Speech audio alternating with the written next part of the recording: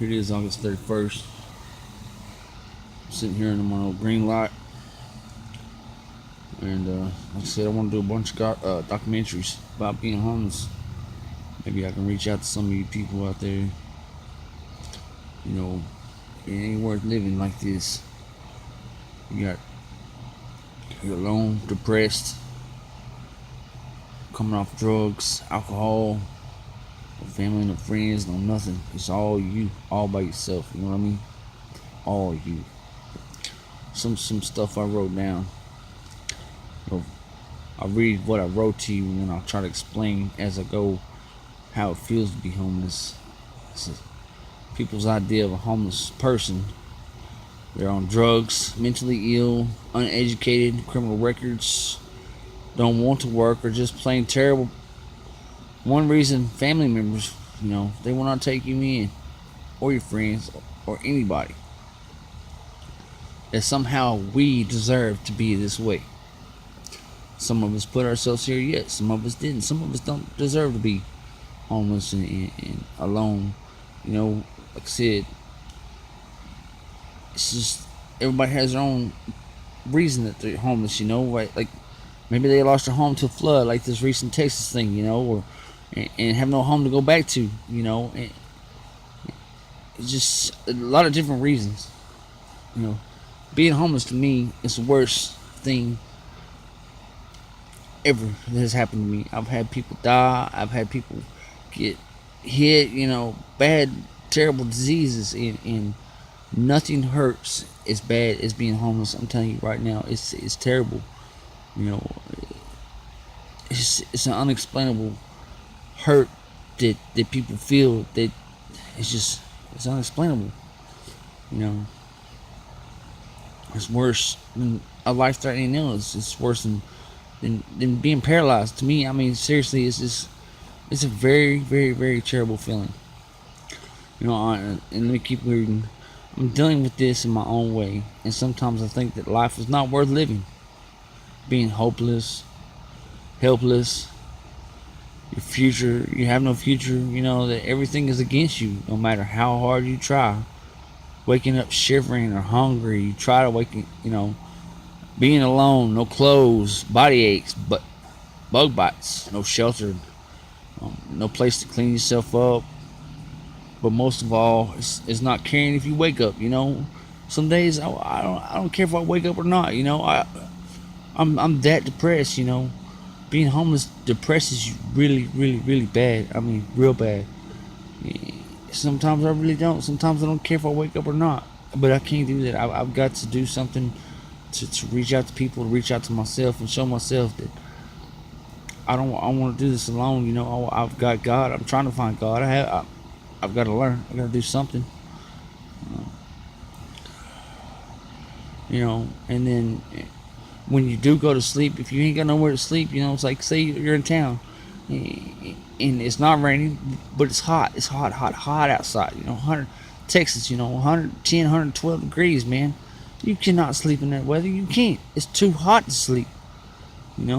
Or it's too cold to sleep. If you ain't got no blankets to cover up with. And then you got the police harassing you, or you got people harassing you. It's very hard. And then when you are homeless, you don't want to be homeless. You don't want to stay homeless forever. I mean, some people do. Some people, I've known people in Tyler, Texas, that I've known for 5, 6, 7 years now. They're still homeless, and they live like that because they want to. I don't understand that. I was homeless on and off for the past 5 years.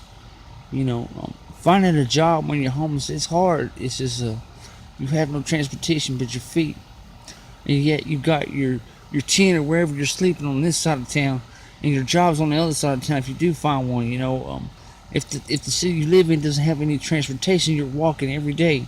Like this past 2 weeks, I live at least 5 miles out in the country, just to the loop in my town, and then from the loop to my work was another 5 miles. I walked every day to work, every day to and from work. thank God, I got a cool boss. She picks me up, and she understands. I told her that I was on drugs, and I've been clean for a while, not very long, but it's just it's crazy, Um, you get the job, and it's you sweat, you can't take a bath if there's no place to take a bath, you start stinking, and then nobody want to work with you. And if you do, you're walking from your tent and you're walking to work, and you're so worn out by the end of the day. You, you're very, very tired. It's just one thing after another after another. I mean, being homeless is more than just being homeless. People, I'm telling you right now, it's terrible. It's very, very terrible. You look at a homeless person, you're like, well, he's no good. You don't think nothing of him, but just look and listen to what I'm telling you. A homeless person isn't a normal person, and let me explain why. I mean, they're not a normal person. No days, and what am I mean by no days? One day is the same as the next. You know, every day is the same because you're homeless. You have nothing. You have nobody. You have no friends. You have no family. Um, you don't feel things like normal people do, like peace and hope. You have safety over your head. Privacy. It's you can't go to sleep just anywhere. You stay warm. Worrying about where you're going to eat. Like say if you tent's on this side of town and the soup line or wherever is on the other side of town. Sometimes you don't feel like walking that far to eat, so you go 2, 3, 4 days without eating.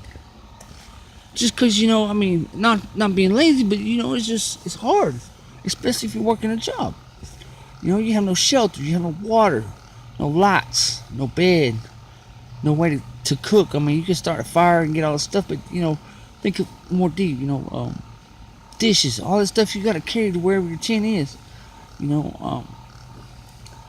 And a homeless person always feels hopeless. They always feel lonely and depressed, and it's hard. It really is.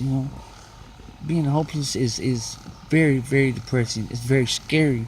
It's humiliating. It's humiliating me. I don't want to look like this. I don't even want people to see me being homeless.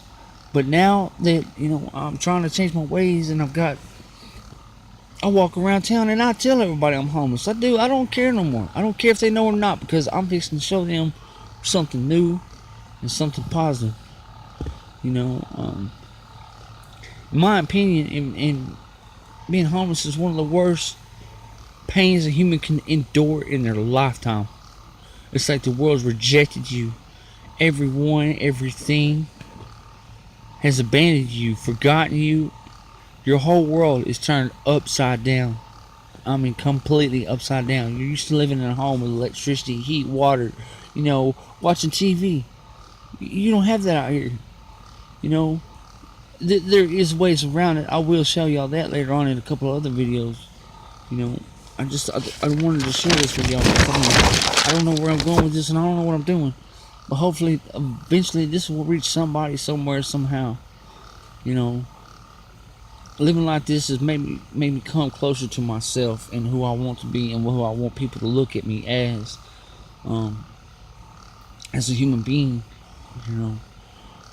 How your so-called family and friends don't want to help you, because they look at you like, hey, you just want to come over here, you want to lay on the couch, or you want a couple dollars because you're hungry, or you want to ride from here to there. Walking in the streets is a shame to me, because especially if you've lived in a town for a really long time and you know everybody, and you hit this low point in your life, you're ashamed to even let people see you walk down the road with a backpack on your back. It's hard. And I promise you, the first night you ever become homeless, the very first night you become homeless, you will never forget that night. The first night I was homeless and lost everything, my kids, my car, my house, my woman, everything. It was terrible. And I walked from here to Tyler, from Palestine to Tyler, which is 57 miles. I got there about 10 hours later. And when I got there, by the time I got there, I had blisters so big on my feet that I got to the Salvation Army and asked them if they could call an ambulance because I couldn't walk no more. I mean, like I had literally rubbed the skin off the bottom of my feet. Let's see. Let me read some more and then explain some more. Um, After I had got out of the hospital, I said it was my first night homeless, but it wasn't. It was me going to be homeless. The next night, I had got a tent from a church and set it outside, and it was pretty cold. It was pretty cold that night. It was about 25 degrees outside, and I had a little windbreaker jacket and the little windbreaker jogging pants and a sleeping bag that was very thin. I sit there and I froze my butt off. I couldn't feel my toes. I couldn't feel my face. I pretty much just curled up in the sleeping bag and kept myself warm with the breath of my body. And the whole night I was screaming at the top of my lungs, why me, why me, why me? But I put myself there, and I realized that. And let me flip this over. Keep going here. I know it's another long video. I just want y'all to know how I feel and take it from here. Maybe it's words of wisdom. And as I set that tent up, it was clear skies. I finally went to sleep after about an hour or two of crying myself to sleep. I cried myself to sleep. And next thing I know, I wake up to rain. And I'm sitting in a tent, and it's cold outside. I sit there and it was just like the rain started leaking through the roof and onto me on top of the coldness, and being in wet clothes in cold weather. It was terrible. And it was pretty much a warm front coming through, and it started getting a little bit warmer, but not much at all. And I was sitting in the tent, and all of a sudden lightning struck about 20 to 25 feet from my tent. And the reason I know this is because when it struck, I couldn't see for like at least a minute. All I could see was solid white, and the next day when I got up, I went outside to look to see, about where the lightning hit, and there was actually a burn hole in the ground where it hit, and it was about 25 feet. I went running out of my tent that night screaming, "Oh hell no!"